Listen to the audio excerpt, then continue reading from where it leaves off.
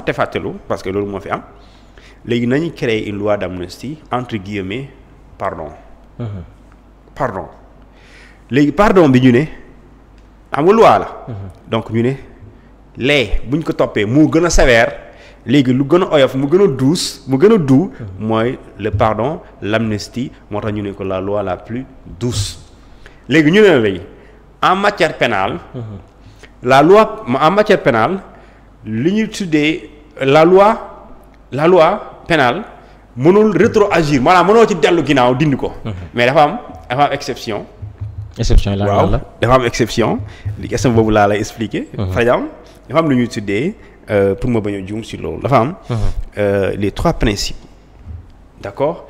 les trois exceptions de ce qu'on appelle de la non rétroactivité. ñu ne benn c'est ce qu'on appelle une loi plus douce qui est le pardon. La loi interprétative et la loi extrêmement rétroactive. extrêmement rétroactive.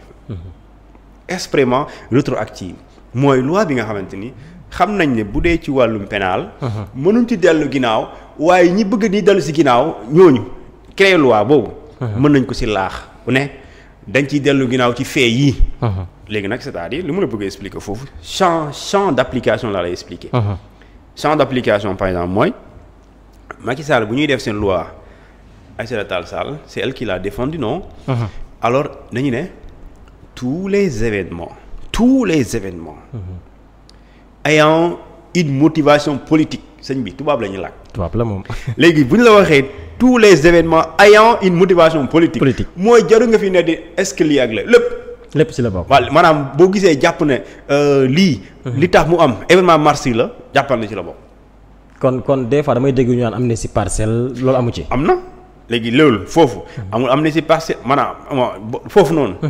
maanaam loi bi dafa généraliser lépp. maanaam bu Sénégal bi amu ko. non amu ko. amnistie partielle amu fi li fi am mooy c'est général. maintenant dans l'abrogation parce qu'il y a ce qu'on appelle l'abrogation express.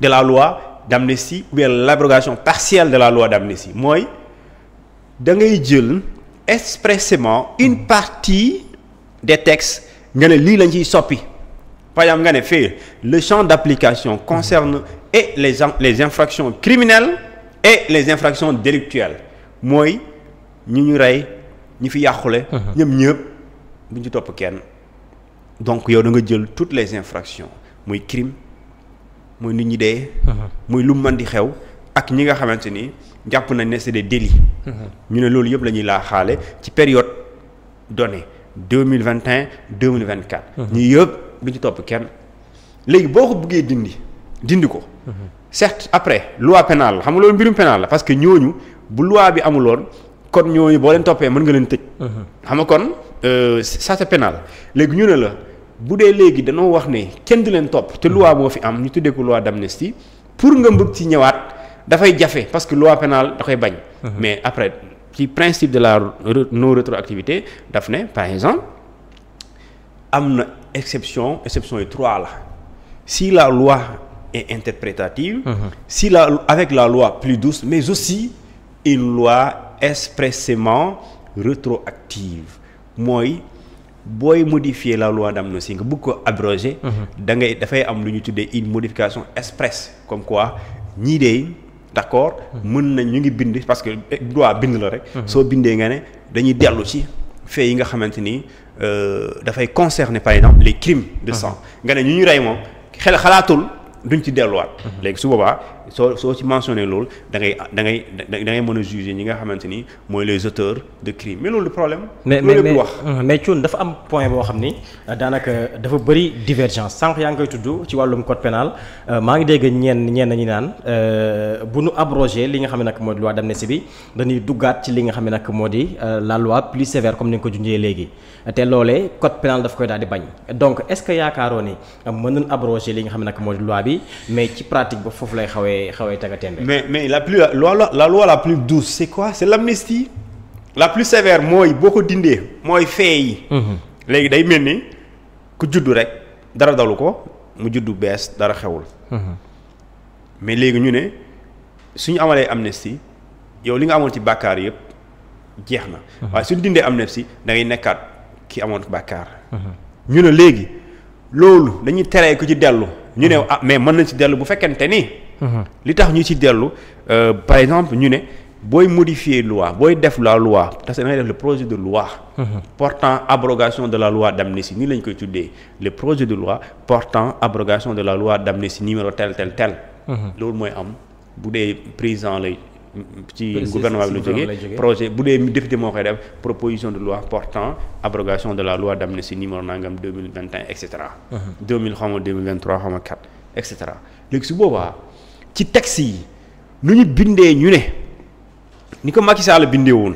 ñu ne lii dafay concerner lépp loo xamante ne dafa am motivation politique. ñoom ñëpp kenn dootul leen topp ñoom ñëpp muy wàllum crime. muy wàllum délit. ñu àtte la ñu bañ leen àtte seen dossier clôturé la ñu bañ leen clôturé ñoom ñëpp la ñuy xool nga nekkoon wala nga wax ci lu message jaaree ko ci télévision wala ci réseaux sociaux. nga dawoon pour nga bañ a jàpp la ñoom ñëpp kenn dootul topp kenn. léegi mën nga ñëw par exemple moo tax ma ne la une loi expressément rétroactive da nga koy mentionner cette loi elle est expressément rétroactive et su boobaa on reviendra sur les infractions yi nga xamante ne moom moo concerné justement cette partie boobu. Et sur cette partie, il y aura certainement des crimes mooy un crime kenn du ko amnistier sëñ bi et loolu du problème demal ci article 295 du code pénal sénégalais alinéa 4 et 5 il est clair lu mu wax daf ne du dara mooy justifier noot nit torturer sénégalais bi. parce que citoyen bi lay waxal. même bu fekkente ni dañoo nekk ci guerre. même si dañoo nekk ci instabilité politique. même si dañoo nekk ci menace réew mi du dara luy justifier quel que soit acte bi. quel que soit l'acte quel que soit l'acte du dara mooy justifier jëf ji nga xamante ni moom mooy torture di rayaate kon bu fekkee dara du ko justifier loi bi wax loolu est-ce que donc ordre. bi président joxe. wala ordre bu supérieur wu ñiy joxe est-ce que dafay dagan. parce que dañ ne du dara. rien ne peut être invoqué. rien ne peut être invoqué pour justifier un acte de torture. donc bu fekkee ne loolu mënul lay est-ce que mën nga ne li tax ma def rek mooy sama supérieur moo ma sant ma def. wala li tax ma def rek mooy dañ maa recruter man nervi la après ma attaqué nit ñi. mënul nekk. mënul nekk moom ci texte maître Bamba Cissé dafa am partie boo xam ni daf si def ce qui est interdit c'est la création de nouvelles infractions couvrant les faits antérieurs à son entrée en vigueur ou la création de peines plus sévères pour les infractions commises sous l'égide d'une loi pénale plus douce. waaw mais fii xam nga lu mu la bëgg a wax mooy lu mënul nekk maanaam loo xamante ni mënul am. mooy nga créer jëf yu bees. est-ce que créé nga fi jëf est-ce que mën nga fi créer jëf yu bees. bu jëf yu bees mooy bon man xaw ma ndax am na xam nga mënoo bon je sais pas si am na viol. ci mbir yi est-ce que am na viol. viol bon ñu ngi ko siy dégg rek. mais par exemple mënoo ci bon sans ma citer benn infraction. mooy mënoo ci li nga xamante ni mooy entre mars 2021. ba 2024 ñi nga xamante ne lañ doon jàpp. maanaam xeexoo bi ni ñu doon dee ni ñu doon ak exilé ni ñu doon emprisonné. ni ñu doon torturé maanaam soo ci luñ ci bañ mooy mënoo ci indi lu bees lu bokkul ak lii xew. diggante mars boobu noonu parce que fii tout le monde était là. mais ñun xam nañ lu fi xew. on a vu des gens emprisonnés on a vu des gens torturés on a vu des gens également qui ont quitté le pays parce que pour ñoom ils ont été menacés. On a vu des gens qui ont été tués. À la limite est-ce que cette tuerie-là c'est de l'assassinat, c'est du meurtre ou bien je sais pas comment ñu koy tuddee. De toute façon il y a eu des gens qui ont été atteints par balles. Et ces balles-là viennent de ñeneen ay tireurs léegi tireurs yooyu noonu ñu ne d'accord on ne veut pas que ñu dévoiler ces tireurs. On refuse, on dit non bëgguñu xam qui a donné l'ordre à ce tireur-là de tirer. Maintenant ce qu'on sait c'est quoi? On sait que le jeune il est mort, mais son tireur moom il est protégé par la loi. Au nom de quoi? Ça n'existe pas. Et loolu je dis bien même le Sénégal il a ratifié la convention bi nga xamante ni internationale bi xeex lu ñu tuddee crime. lu ñu tuddee torture. Loolu yëpp da koo xeex da koo signé Sénégal moo ko signé. noir sur blanc. mënoo signé loolu ba pare lu mel noonu am sa réew nga ne non nañ ko bàyyi mu sedd. kon su boobaa y a un problème et même la constitution daf ne askanu Sénégal lii di état dafa am obligation.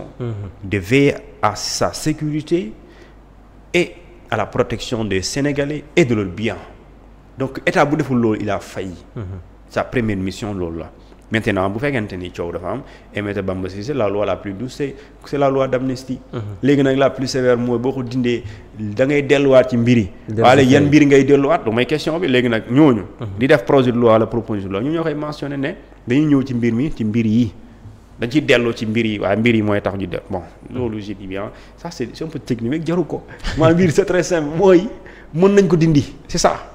c'est une loi mën nañ ko dindi mën nañ topp aussi ji def li ni mel. waaw mën na nekk loolu mooy coow lu si des yëpp ay question de waana parce que madame boobu. je sais pas que bon soit elle s'est trompée wala peut-être moom yéene xaw ma lan la ci am.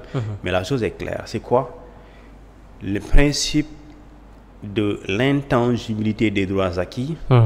c'est lu ñu tuddee en droit administratif et c'est par rapport à des actes individuels. D'accord? C'est pas en droit pénal.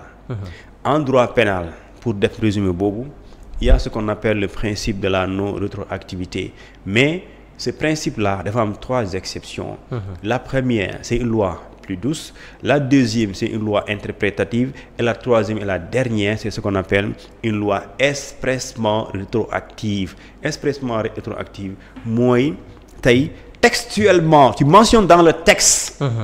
portant abrogation comme quoi cette loi bii ñuy defar war a teg lii dafay dellu ci mbir yële pour ñu mën ko àtte. lu koy siñ bi leer na lu koy leer na. loolu nee na c'est noonu spécialistes yi mooy wax. spécialistes yi mooy wax les Sénégalais bon je sais pas mais c'est des spécialistes également de droit ñoom ñooy tëgg loi boobu nga xamante ni moo fi existé. donc c'est des spécialistes qui l'ont écrit et des députés l'ont voté. les spécialistes également vont voter vont l'écrire. Et également des députés vont voter pour qu'elle saute loolu débat. alors ci mbir moom aussi Seydi Gassama nekk président bu Amnesty International moom aussi daal di joxe li nga xam ne moo di gis-gisam mais dafa indi benn fait ci texte bi nga xam ne moom la daal di bind mi ngi ñuy xamal la Cour africaine en 2020 a demandé au Bénin d'abroger sa loi de 2019 portant amnistie des faits criminels, délictueux et contraventionnels commis lors des législatives d'avril 2019, suivi des violences le 1er et le 2 mai 2019 qui ont fait des victimes. La Cour a aussi demandé au Bénin de diligenter des enquêtes pour permettre aux victimes d'obtenir réparation. La Cour s'est fondée sur l'article 7 de la Charte qui donne droit à chaque victime de voir sa cause étendue pour que réparation soit faite. Alors fii daanaka dafa dikk ci li nga xam ne mooy benn cas wala benn dëkk boo xam ni abrogé na loi d'amnistie si élection législative yi nga xam ne génn noonu ko muy fële ca Bénin waaye foofu lii di Cour africaine moom moo ko daal di sàkku genre mbir yi lan mooy taxawaayu li nga xam ne nag moo di Cour africaine comme ni ko Seydi Gassama daal di junjee. ma lay jox exemple boo xamante ni typiquement li ngay wax. 2004 dafa am benn doomu bindikat bu tudd Juan Gelman argentin la. Juan Gelman dafa am doom bu jigéen mais dañ ko enlevé xaw ma disparu façon kenn xamul fu mu ne. alors bu mu disparaître c'est sa belle-fille d'ailleurs. bu mu disparaître Uruguay am problème xam nga Uruguay ak Argentine ay yooyu mooy Amérique yooyu nga xamante nga Amérique boobu ngay dégg. mais cour boobu daf ne bu ñuy sulli li xew Uruguay. après les 25 ans sànq bi mu lay expliquer cour bi daf ne la cour interaméricaine daf ne yéen ñi nga xam ne da ngeen classé woon dossier disparition belle-fille Gelman Juan Gelman bindikat argentin da ngeen tijjiwaat dossier bi. pour ñu xam maanaam nan la disparaître ak mbir yi nu mu demee parce que su amulee dafay nekk impunité. ñu dindi ko ñu xool ba xam soxna si fan la jaar ak ñu ko def donc cour bële aussi. parce que cour yooyu dañuy am compétence ci réew yi léegi bu fekkente ni da nga dem cour boobu nga xam ne loolu moo am ci réew bi nga cité 5 ñu gis ne jëf am na ci réew mi la. waaye am na kuréel ci wàllum yoon boo xamante ni moom mënul nangu loolu am parce que dafay veiller au respect de ce qu'on appelle li nga signé. nga conformé wu ci. léegi su dee yow defuloo ko da la koy fàttali ba pare da nga koy def léegi ñun Sénégal fii aussi te loolu pour man jarul sax ñu ciy débat. parce que y aura des dizaines de procès y aura des dizaines de procès yoo xamante ni dafay jóge ci événement mars 2021 jusqu'à février 2024 loolu débat de bu tawee amnistie bi day deñ bu defee neige amnistie day deñ quel que soit le climat amnistie day deñ kon loolu débat te bu dee ci wàllu yoon mën na deñ loolu débat léegi li fi am mooy mbirum politique parce que fii amul lenn li war a empêcher mu deñ bu dee Sénégal dafay respecter da nga koo jël ak engagement internationaux yu mu jël ci wàllum respect des droits de l'homme Sénégal su boobaa dafay tëbal lu ñu tuddee cette amnistie parce que amnistie ci ñi nga xam ñoom ñooy kuréelu droits de l'homme dañoo jàppee amnistie comme ce qu'on appelle la loi de la honte la loi de ce qu'on appelle de l'impunité mais aussi la loi de l'irresponsabilité alors que nit mënul dee ay nit dee ci mbirum politique après ñu ne irresponsabilité maanaam kenn du responsable loolu mënul nekk wala ñu ne ay nit dee nañ et après maanaam nit dee na dee nañ et après mais loolu ça c'est de l'impunité nga xam aussi nit ñi buñ toppee dañuy xam ku leen rey mais nga bañ a topp loolu mooy l'inaction mais l'inaction boobu dafay am lu ñuy tuddee une honte parce que li nga def xam nga ne rafetul boo amoon kersa tuuti boo amoon rusukaay doo nangu mu am et loolu je dis bien pour mu dañ nag loolu c'est une question de bon sens soo bañee mu dañ rek kon man xamul tax nga bañ mu dañ daa mel ni kon xanaa yow mën na la ci boole waale kon bon pour man ça mais mën na nekk débat mais quand même ce débat là à la limite c'est je dirais pas amul sens mais soo xamee ni ñuy jaar ba mu mën a ba loi bi mën a dañ xam nga ne jarul débat bu jarul caaw alors fan yee ci ginnaaw ñu ngi ko doon waxtaanee muy arrestation kii di Jérôme Bandiaky ak ñoo xam tey jii dañ leen tudd ci boobule dossier mooy mbirum arme yoo xam ni daanaka ñi enquêteurs yi ñu ngi koy daal di seet fii ci biir réew mi Thioune est-ce que yaakaaroo ni mbirum Jérôme Bandiaky boobu dafa nekk benn pàcc boo xam ni daanaka nguur gi fi nekk wala justice dafa commencé anticiper si coowal bi nga xam ne nag moo di loi d'amnistie maanaam mu commencé ubbi li nga xam ne nag moo di enquête le temps que ñuy abroger li nga xam nag moo di loi d'amnistie pour nu gën ko mën xuusal même amnistie ba mën na nekk entrave mën na nekk gàllankoor ci lu bëri lu war a am parce que tey même boo xam nga enquête moom yoon la rek surtout ki ngay enquête bu lay mu woon la yoon ngeen di dem mën nga am jékki-jékki mu ne la jaaral fii mooy tudd na diw rek ngeen dem seeti diw lan la ci moom alors mu tudd diw ngeen dem seeti diw moo tax ñu jàppoon barki dem xaw ma Sakura Ka avant Sakura Ka ñu jàpp mbës avant te mbës bu ñu ko jàppee ki tax ñu jàpp mbës daa yoole mbës yaa ngi dégg mbës ñu yoole ko tuddaale keneen kooku ñu tudd mu ngi ci prison bi yaa ngi dégg donc ñu tuddaale également Sakura bu ñu tuddaatee keneen noonu ngay déggaate lu bees léegi boo toppee ñooñu ba ñooñu nga topp ñu am lien avec événement mars 2021 da ngay taxaw bi mooy bu dee dafa laalaale mars 2021 da ngay taxaw parce que yoon boobu nga bëgg dëgg am yoon moo ne dëgg mën na am de waaye dafa am gàllankoor bi tax dëgg du am mooy la loi d'amnistie kon da ngay xaarale sa enquête jusqu'à ce que ñu dindi la loi d'amnistie pour que nga mën a continuer sa yoon concernant les faits yi nga xamante ni dañ koo évoqué ci loi d'amnistie bi maintenant loolu mën na nekk gàllankoor mais si li ngay toppee Jérôme loolu amul benn rapport ak amnistie donc loolu mënoo ko gàllankoor parce que nag il faut ñu xam la loi d'amnistie c'est pas tout ce qui s'est passé au Sénégal entre mars 2021 ba février 2024 parce que des fois bu doon loolu la kon kay nañu génne gars yi nekk ci kaso bi ñu génne leen message ci téléphone ak yeneen waaw mais de lu bokkul de mooy ñi nga xamante ni jëf ji soo xoolee ci ginnaaw yëpp li ko waral politique la loolu la ñu wax ñu ne la quel que soit loo def nag c'est-à-dire que même dans ces faits est-ce que xam nga ne même xale bu jigéen bu ñu violé woon te mbirum politique bi na tax événement mars yi tax est-ce que xam nga ko da nga ko war a bàyyi da nga koy bàyyi. ndax sànq rek maa ngi gis ci live bi kenn mu mooy signalé ni coow loolu fële ca université bu Ziguinchor amoon na ku ñu fa violé. waaw léegi nag loolu. après parce que événement léegi nag loolu mooy tappale bi parce que bu dee est-ce que kooku violé moom tamit yow nit ñi di xeex pour réew mi ngay. non kooku est-ce que waruñ ko bàyyi astafurlah kooku moom kenn du ko bàyyi déet non cuun kenn du ko bàyyi parce que non yow ñi ngi nekk di coow dëkk baa ngi tàkk. non maa ngi reetaan sax waruma reetaan loolu maa ngi jéego. non mais c'est trop. waruñ ko bàyyi non ko moom kenn du ko bàyyi mais waruñ ko bàyyi mais ki nga xamante ne aussi xam na ne rétablir l'ordre. est-ce que jar na rey. est-ce que jar na rey. des manifestants non armés. des dossiers qui devraient être ouverts. diligentés. ñu tijji dossier. ñu topp ñu. moi je te dis c'est là mars 2021. avril 2021. j'étais au building administratif. en face du palais présidentiel. ci rencontre bi nga xamante ne la ñuy tuddee gouvernement face à la presse. le ministre Sidiki Kaba. moom moo nekkoon le ministre des forces armées. jamono jooju.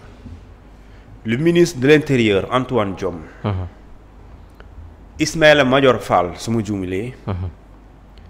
ak Abdou Karim Fofana ministre porte-parole du gouvernement.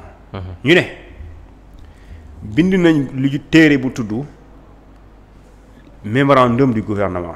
ñu ne lu ñu ci bind mooy lu ñu ci jublu nee nañ. lépp lu fi xew ci mars 2021 jamono jooju juin 2023 amul de atteguñ Sonko ñu ne ci nit ñi dee gouvernement bi dina ci tijji lu ñu tuddee dina ci def lu ñu tuddee une commission d'enquête indépendante pour situer les responsabilités ba tey commission bu taxawul xaw na taxaw na waaye benn responsabilité situé wuñ ko jàppuñu kenn toppuñu kenn ñu xaawee 2024 ñu créé lu ñu tuddee une loi d'amnistie boo xamante ni yow début bi da nga ne da ngay créer commission pour xool mbir mi nu mu demee situer les responsabilités. 2 ans plus tard ay nit yeneen deewaat nga bàyyi commission yu foofu. nga créer nga voter une loi d'amnistie pour loolu yëpp ñu sul ko. kon est-ce que vraiment yéene bi bu bees est-ce que yéene bi nga doon wax avril 2021 est-ce que vraiment taxawoon na. parce que bu doon taxaw na. da ngay xool mbir mi nu mu demee les auteurs arrêtés. les complices les commanditaires ñëpp nga jàpp leen mais tel n'a pas été fait. on est plus tard 2 ans. coow encore amaat yeneen sénégalais deewaat ñu ëppoon ñu dee mars 2021 ñu ko raw dee. ngay compter ba mu nekk 80 et quelques je sais pas combien après nga dem plus tard au lieu nga situer responsabilité yi encore. nga demaat lu ñuy def nga créer une loi nga ne nañu def pardon. un pardon doit être qui précédé de ce qu'on appelle de la vérité. balaa ngay pardon. da ngay wax dëgg. maanaam il faut nga xam ni nga wax nit ki dëgg man mënuma la baal ci loo xamante ni xaw ma loo ma tooñ. ñëw sama kër cun baal ma de te yow xam nga ne li nga ma def soo ma ko waxee du ma la baal nga ne ma baal lan laa lay baal. wax ma loo ma def. mënta nekk moom mais cun bu fekkee dafa am ñoo xam ne seen dossier ubbi woon nañ ko nu juge leen condamné leen bu nu ubbiwaatee loi d'amnistie bi ñoom seen dossier nan leen di def. ñoo xam ne dañoo ubbi seen dossier juge leen condamné leen. bu fekkee am na bu nu abrogé loi d'amnistie bi ñoom aussi seen dossier nan la koy def. déet da nga bëgg ñu li ñu def ñu koy àtt nañ leen bàyyi na li koy bu ñu àttee nga bàyyi la ko yow même. non comme par exemple. koo xam dañ koy toppee. maanaam lu ñuy toppee li tax nu teg fi loi d'amnistie. waaw nu juge leen condamné leen. waaw léegi bu nu abrogé loi d'amnistie bi. est-ce que dina doon possibilité nu dikkaat seen i dossier ñoom. léegi nag dikkaat boobu moom dikkaat. mooy xam nga olof ngay laaj. dikkaat mooy rétroactivité. dikkaat. ñàkk dikkaat mooy non rétroactivité. léegi dafa am ñoo xamante ni ci loi bi moo tax projet de loi bi mooy définir lu ñuy wax nii yëpp. mooy naan est-ce que loi bi c'est une loi interprétative est-ce que c'est une loi plus douce ou bien c'est une loi expressément lu ñu tuddee expressément rétroactive. si elle est expressément rétroactive dafay dellu waaye ci li muy dellu dafay concerner benn fait. wala quand je dis fait mooy l'infraction ou bien les infractions crimes et cetera. vous mentionnez ko et je dis bien. Cette loi bi abroger la loi d'amnistie cette loi-là va concerner les infractions criminelles. ok moom après mën nga ko bind les infractions criminelles c'est pas une question que ñu nëbb ko. kenn du ko nëbb. kenn mën ko nëbb moom. alors Thioune dañuy ñëw ci suñu beneen point ba tey ci wàllub yoon muy kaaw ki nga xam ne nag moo di Birima Mangara sànq rek yaa ngi koy junju nu convoqué nag démb fële ca section de recherche waaye mujjul dem ay xibaar ñu ngi xamal ne kii di.